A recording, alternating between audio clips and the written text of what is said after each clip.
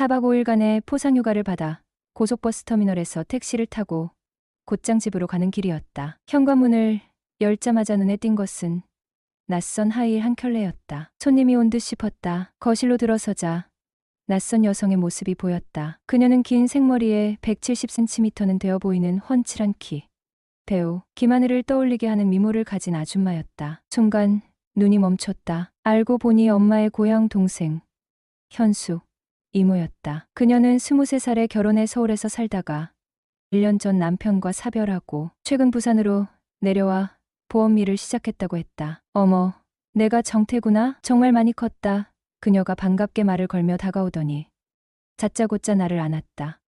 너 이모 생각 안 나?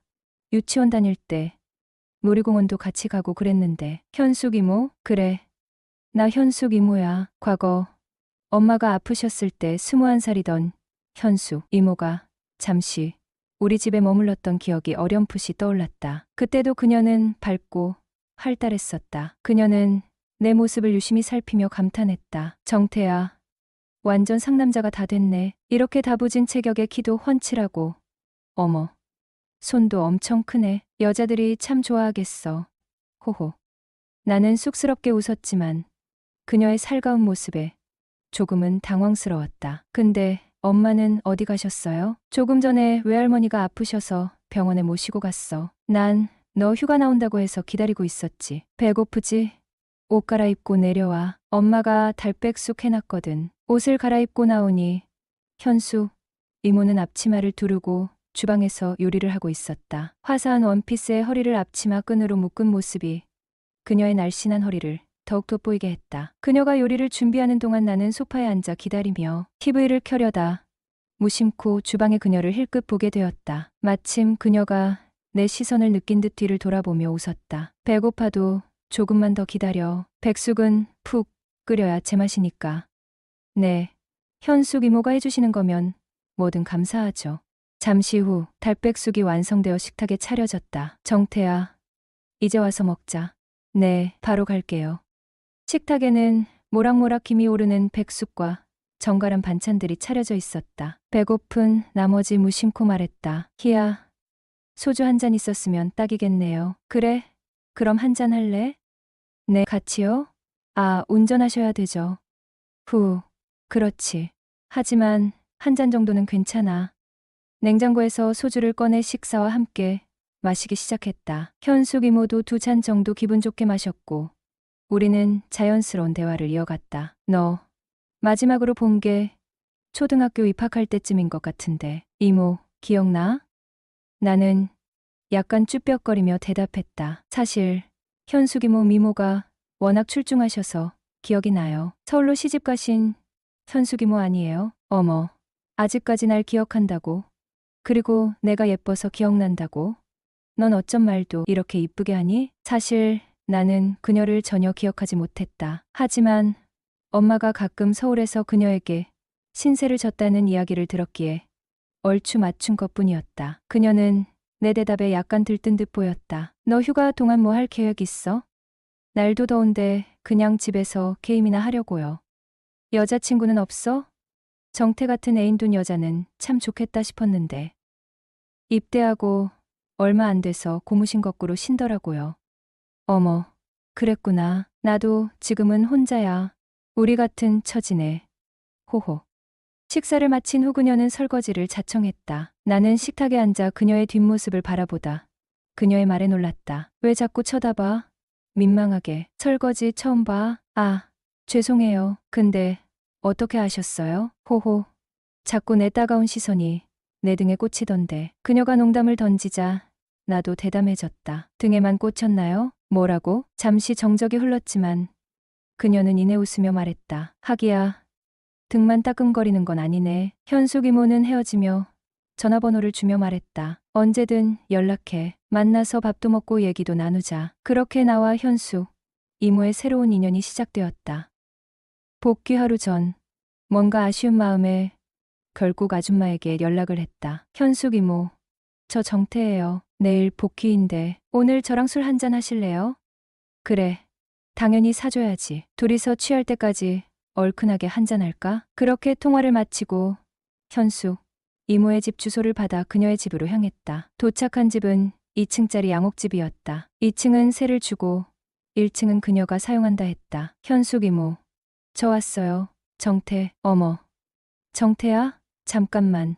지금 나갈게. 잠시 후 현관문이 삐끔 열리더니 이모가 고개를 내밀었다. 그러더니 뭔가 눈치를 살피는 듯 주춤거리다 문을 활짝 열어주었다. 어서 들어와. 집 안으로 들어가자 정돈이 깔끔하게 되어 있었다. 너 온다길래 급히 청소했지. 그녀의 옷차림이 눈에 확 들어왔다. 얇고 부드러운 소재의 하얀 원피스였다. 순간 아까 문을 머뭇거리며 열었던 이유가 떠올랐다. 현숙 이모, 오늘 왜 이렇게 섹시해 보이세요? 얘가 참. 그녀는 나를 째려보며 살짝 미소를 지었다. 자, 술 마셔야지. 뭘로 할래? 소주? 맥주? 이모가 알아서 골라주세요. 그럼 이왕이면 소주로 해야지 뭐. 그렇게 소주를 꺼내온 현숙. 이모와 술자리가 시작됐다. 둘이서 소주 3병을 나눠 마시며 이런저런 이야기를 나눴다. 오늘따라 기분이 참 좋네. 내 옆에 정태가 있는데 내가 좀 취하면 어때? 안 그래? 그녀는 환하게 웃으며 내 눈을 바라봤다. 근데요, 이모, 저 이러다 집 못 갈 것 같은데요? 전 그러면 우리 집에서 자고 가면 되지. 그녀는 커다란 두 눈을 초승달처럼 접으며 눈웃음을 지었다. 솔직히 나도 정태 같은 듬직한 애인 하나 있으면 정말 좋겠다. 호호. 그녀의 말에 술기운이 올라 더 이상 농담으로 넘길 수 없는 분위기가 되었다. 정태야. 그녀는 잔을 내려놓으며 진지한 표정으로 나를 바라봤다. 너 내 파트너 할래? 그 순간 그녀의 눈빛과 미소에서 장난기와 진심이 묘하게 섞여 있었다. 내가 대답하기만을 기다리는 듯했다. 방 안 공기가 순간 정적에 휩싸였다. 현숙, 이모와의 술자리는 예상보다 더 길어졌다. 정태야, 너는 참 사람을 편하게 해주는 구석이 있어. 옆에 있으면 괜히 안심이 된다니까. 이모도 참, 저야말로 오늘 이렇게 시간 내주셔서 감사하죠. 말은 그렇게 했지만 그녀의 시선을 느낄 때마다 어딘가 모르게 심장이 두근거렸다. 그녀는 잔을 살짝 내려놓으며 한숨을 내쉬었다. 사실 오늘 술 좀 마시고 싶었어. 요즘 좀 많이 힘들거든. 갑자기 분위기가 묵직해졌다. 나는 살짝 당황했지만 이모의 말을 놓치지 않으려 귀를 기울였다. 무슨 일이신데요? 저한테 말해보세요. 들어드릴게요. 사실 별거 아니야. 그냥 혼자 지내는 게 생각보다 외롭더라. 남들 다 가족이니 연인이니 하면서 살고 있는데 나는 아직도 여기 이렇게 혼자니까 내가 뭘 잘못 살았나 싶기도 하고. 현숙 이모는 잠시 고개를 떨구며 잔을 만지작거렸다. 지금처럼 제가 옆에 있잖아요. 그 말에 그녀는 고개를 들어 나를 바라봤다. 정태야, 내가 그렇게 말해줘서 진짜 위로가 된다. 이모, 제가 더 자주 옆에 있을게요. 이모가 외롭다고 느끼지 않게. 너 참 사람 심장을 쿵쾅거리게 한다. 나이 먹고 이런 기분 오랜만이다. 그녀는 웃었지만 눈가에는 작은 눈물이 맺혀 있었다. 제가 파트너 되어드릴게요. 뭐, 나 놀리는 거 아니지? 아닌데요. 현숙 이모는 장난이었어요? 나는 장난 반, 진심 반이었었지. 전 그냥 진심인데요.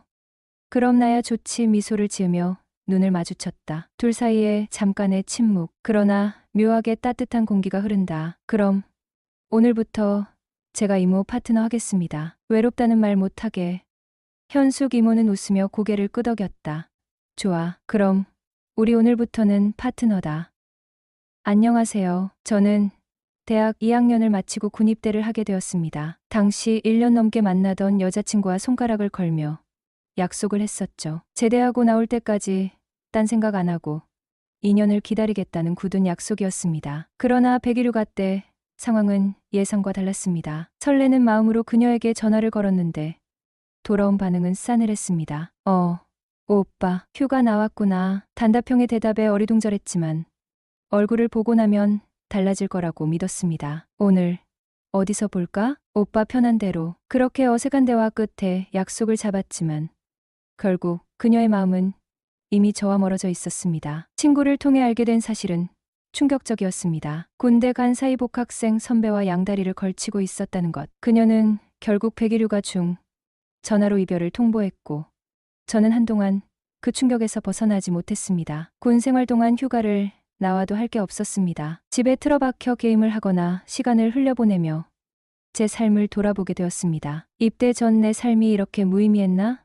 하는 자책감이 깊어갔죠. 그러던 어느 날 포상휴가를 받아 집에 들어갔을 때였습니다. 현관문을 열자 낯선 여성의 웃음소리가 들렸습니다. 거실에는 처음 보는 중년의 여성이 소파에 앉아 TV를 보고 있었죠. 그날 저희 집을 방문한 그녀는 어머니의 지인으로 갑작스러운 사별과 경제적 어려움 속에서 힘든 시간을 보내고 있었습니다. 그날 대화를 통해 서로의 이야기를 나누다 보니 우리는 의외로 많은 공통점을 발견하게 되었습니다. 그녀는 보험 설계사로 일하며 삶의 무게를 견디고 있었고, 저는 군 생활 중 느낀 외로움과 공허함을 털어놓았습니다. 이후 시간이 흐르며 우리는 더욱 가까워졌고 자연스레 서로에게 위로가 되는 존재가 되었죠. 술자리에서 그녀가 처음으로 말했습니다. 내 파트너가 되어줄래? 그 한마디가 우리 관계의 전환점이 되었고 이후 우리는 파트너 이상의 관계로 발전하게 되었습니다. 제대 후 우리는 시도 때도 없이 만났습니다. 파트너가 아닌 연인처럼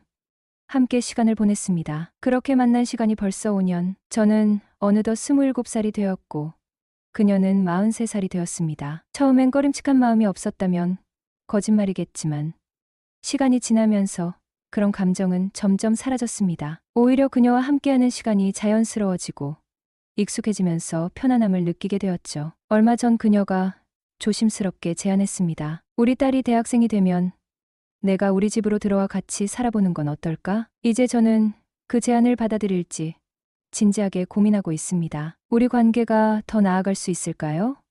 아니면 멈춰야 할까요? 사랑은 나이도, 시간도, 조건도 초월하지만 그 무게는 늘 현실 속에서 결정된다. 당신의 감정이 진실하다면 그 관계를 지키는 것이 중요합니다. 그러나 한편으로는 함께할 미래를 구체적으로 그려보고 현실적인 고민